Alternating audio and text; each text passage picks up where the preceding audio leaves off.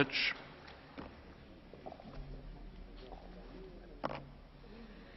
Hvala predsjedniče. Teško je govoriti o transatlantskom partnerstvu i prijateljstvu kad jedna strana nadzire druge.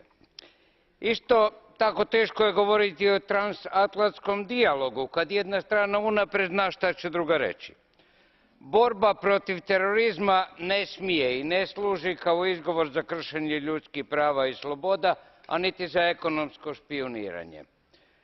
Makar države članice pojedinačne i ne bile kadre da se individualno izbore za status ravnopravnih partnera u svojim odnosima sa Sjedinjenim Državama, siguran sam da Europska unija to može i hoće. Smatram da odnose između Europske unije i SAD-a treba postaviti na neke sasvim nove temelje.